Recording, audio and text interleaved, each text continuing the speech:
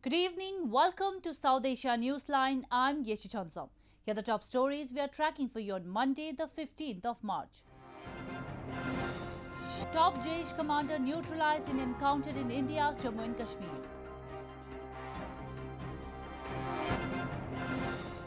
Pakistan People's Party set to challenge rejection of votes in Senate poll. And Sri Lanka to ban burqas and shut Islamic schools for national security.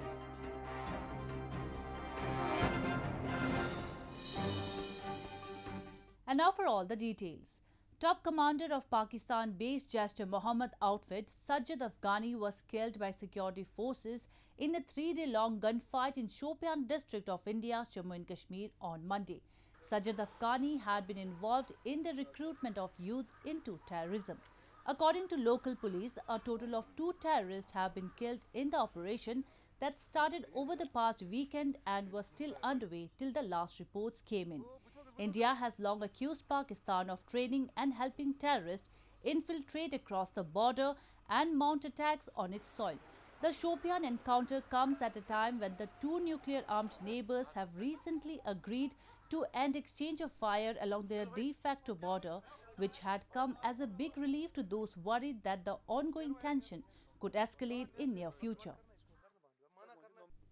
The Union Forum of Bank Union, an umbrella body of 9 bank unions, has called for a 2-day nationwide strike on Monday and Tuesday against the privatization of public sector banks and retrograde banking reforms. Over 1 million bank employees and officers are participating in the strike. 9 bank unions in India on Monday began a nationwide 2-day strike against the privatization of public sector banks and retrograde banking reforms. With banners and posters, bank employees in capital New Delhi, western Vadodara, southern Vijayawada and several other cities raised slogans as they took to the streets to protest the government's decision. Workers are opposing the privatization move as it could put their jobs at risk. Services such as deposits and withdrawal at branches, check clearance and loan approvals are getting affected due to the strike, as most of the junior level staff are participating in the strike. This privatization will affect not only to our staff but also to the general public. There will be increase in the service charges. The public has to pay minimum balance of rupees 10,000 in saving bank, 25,000 in current account. There will be the job, no recruitment in private sector. The bank strike comes after Indian Finance Minister Nirmala Sitharaman had announced the privatization of 2 public sector banks as part of the government's disinvestment plan. As part of the 2021 union budget, the government has already privatized IDBI Bank by selling its majority stake in the lender to LIC in 2019. It will soon take a call on the 2 banks and 1 general insurer that will be taken up for privatization in the next fiscal year. In a first, the 4 leaders of the Quad, a strategic forum comprising India, Japan, Australia and the United States, reaffirmed their commitment to a free and open Indo-Pacific in a joint op-ed in the Washington Post. In Friday's Quad meeting, the leaders vowed to strive for an Indo-Pacific region that is free, open, inclusive, healthy, anchored by democratic values and unconstrained by coercion, sending an apparent message to China. Post the Quad summit, Indian envoy Taranjit Singh Sandhu said India-US relationship is going much deeper, and this was very much reflected in the equation between Prime Minister Modi and President Biden.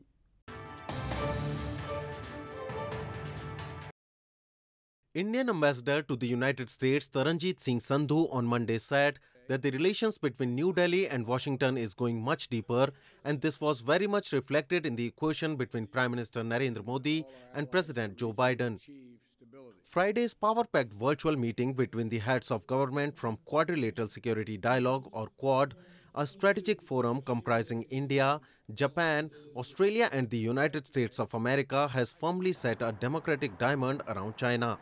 And even though China was not named during the 90-minute-long summit, The joint statement, followed by the strongly worded opinion article in the Washington Post, has clearly underscored that Quad countries will be unrestrained from coercion. The general atmosphere was very good amongst all the leaders, and as you know that United States-India relationship is gone much deeper, and this was very much reflected in the equation between Prime Minister Modi and President Biden. The summit was Biden's first multilateral leaders meeting since taking office, with the first 60 days of his administration, something that National Security Advisor Jake Sullivan said was deliberate. Meanwhile, New Delhi is expected to discuss steps to take in the Quad initiative further when US Secretary of Defense Lloyd Austin visits India after the stops in Tokyo and Seoul. In news from Pakistan, the opposition Pakistan People's Party has announced it will approach the Islamabad High Court against the rejection of votes in the Senate chairman election held last week. This comes as the opposition joint candidate Syed Yusuf Raza Gilani was defeated in the crucial poll by just 7 votes. Pakistan People's Party has constituted a 4-member team of its legal experts to draft a petition to be filed at the Islamabad High Court against the rejection of votes in the Senate chairman election. The party is expected to file the petition on Tuesday or Wednesday, according to the local media reports.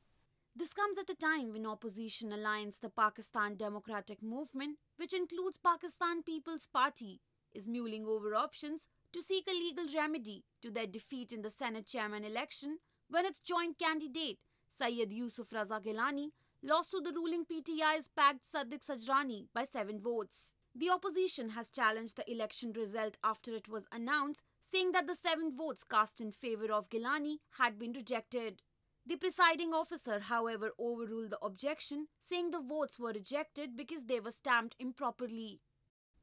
Moving on, activists and locals have strongly condemned the recent resolution seeking interim provincial status for Gilgit-Baltistan by the Legislative Assembly, where Pakistan's ruling PTI has a majority. They have expressed concern that altering the illegally occupied region's status will instead give a free hand to Pakistan to plunder resources and further exploit the already marginalized people.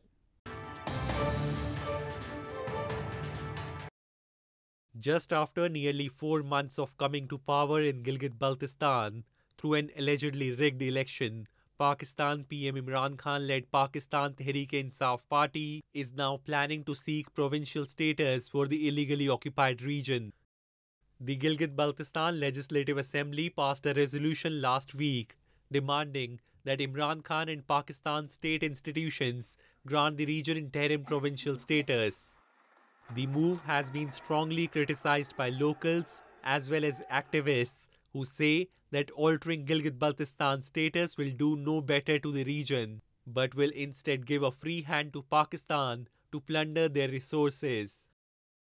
यहाँ के अवाम को बेवकूफ़ बना के चंद खुशामदियों को अपने साथ मिला के यहाँ के वसाइल पर कंट्रोल करने और अपने आइनी दफात को, जो हम आइन का हिस्सा नहीं हैं, उनको यहाँ ला के मुसलत करके हमारे साथ जुल्म जबर करने के अलावा और कुछ नहीं है।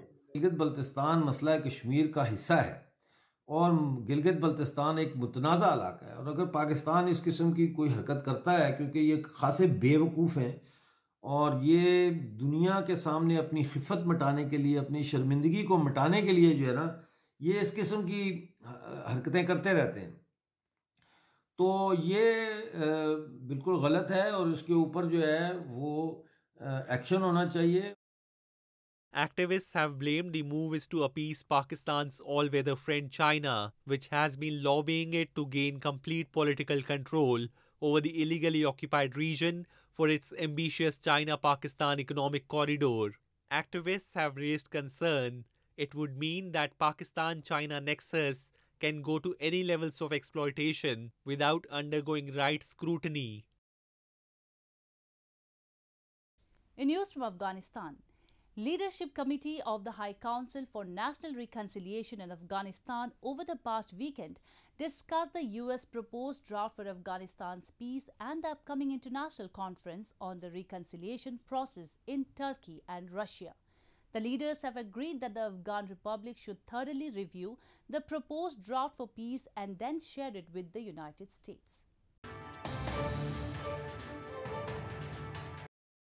Afghan leaders over the past weekend under the leadership committee of the High Council for National Reconciliation discussed the US proposed draft for Afghanistan's peace and the upcoming international conferences on the reconciliation process in Turkey and Russia.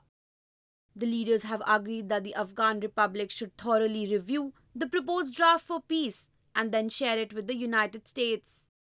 The draft states that when the term of the proposed transition government ends, the future leader of Afghanistan will be elected through a popular vote.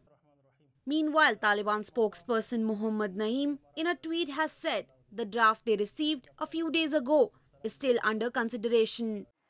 This comes at a time when two separate US and Russian-backed peace conferences are scheduled to be held in the coming weeks. The Russian-backed conference is scheduled for March 18, while the US-sponsored one will take place in Turkey next month. Moving on to news from Sri Lanka. Sri Lanka will ban the wearing of the burqa and shut more than 1,000 Islamic schools, the country's Minister for Public Security, Sarath Weerasekara, has informed. The latest policy decision affecting the minority Muslim population requires the approval of the Cabinet and Parliament before it becomes a law. Sri Lanka will ban the wearing of the burqa and shut more than 1,000 Islamic schools, Sarath Weerasekara, the country's Minister for Public Security, said this weekend, the latest actions affecting the country's minority Muslim population.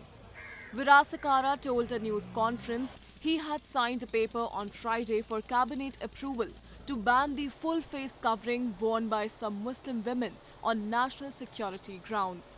He also said the government plans to ban more than 1,000 Madrasa Islamic schools that he said were flouting national education policy. බුර්කාව තහනම් කරන ඒ නියෝගය ඒ cabinet පත්‍රිකාව ඉතින් බුර්කාව කිව්වත් ඒකත් අපේ ජාතික ආරක්ෂාවට ඍජුව බලපාන දෙයක්. ඒකින්ද අපි දන්නා අපි පුංචි කාලෙත් අපි ඕන තරම් අපේ මුස්ලිම් යාළුවෝ හිටියා මුස්ලිම් ගැහැණු දරුවෝ හිටියා කවදාකවත් මේ බුර්කාව පැනගෙන හිටියේ නැහැ. ඒක මේ ඊයේ පෙරේදා ආපු ආගමික අන්තවාදී සංකේතයක්. ඒක නිසා ඒක අපි අනිවාර්යයෙන්ම තහනම් කරනවා. ඒ වගේම තමයි මද්දසා පාසල් The latest move follows an order last year mandating the cremation of COVID-19 victims against the wishes of Muslims who bury their dead. This ban was lifted earlier this year after criticism from international rights groups. The wearing of the burqa in the majority Buddhist nation was earlier temporarily banned in 2019 after the bombing of churches and hotels by Islamic militants that killed more than 250 people. In news from Nepal, as the world's tallest peak reopens after a year of being closed due to the coronavirus pandemic, hundreds of climbers are set to return to the Mount Everest for the first time next month under strict conditions. Hundreds of climbers are set to return to Mount Everest for the first time next month under strict conditions, government officials and mountaineers said, as the world's tallest peak reopens after a year closed due to the coronavirus pandemic. More than 300 foreign climbers were likely to attempt to scale the 8,849 meter or 29,031 feet mountain in the peak climbing season beginning in April, compared with a record 381 climbers who attempted the famed summit in the same period in 2019. 8 of the world's 14 highest mountains, including Everest, are wholly or partially in Nepal, and hundreds of foreign climbers contribute millions of dollars in income annually to the cash-strapped nation. हाम्रोबाट त सबै त्यही हो क्लाइम्बरहरु अब सबै ready छ तर पनि अझै पनि हामीबाट चाहिँ सेफ्टी चाहिँ छैन हाम्रो जुन आरोहीहरुलाई पाउनु पर्ने अब यो भ्याक्सिनहरु पाएको छैन अब त्यही समस्या छ अब भ्याक्सिन नलाइकन अहिले आरोहीहरुको पनि कुनै 2-3 वटा कम्पनीको त स्टाफहरु पनि तपाईको बेस क्याम्प गइसकेको छ बेस क्याम्प तयारी पार्नको लागि Nepal closed its mountains in March last year as part of tight measures to control the coronavirus. Well, that's all we have for you from South Asia this evening. Now, our viewers can watch the show on SouthAsiaNewsline.com. You can also visit us on Facebook.com/AsAsiaNewsline and follow us on Twitter @AsAsiaNewsline. That's all in tonight's edition. We will see you same time tomorrow. Good night.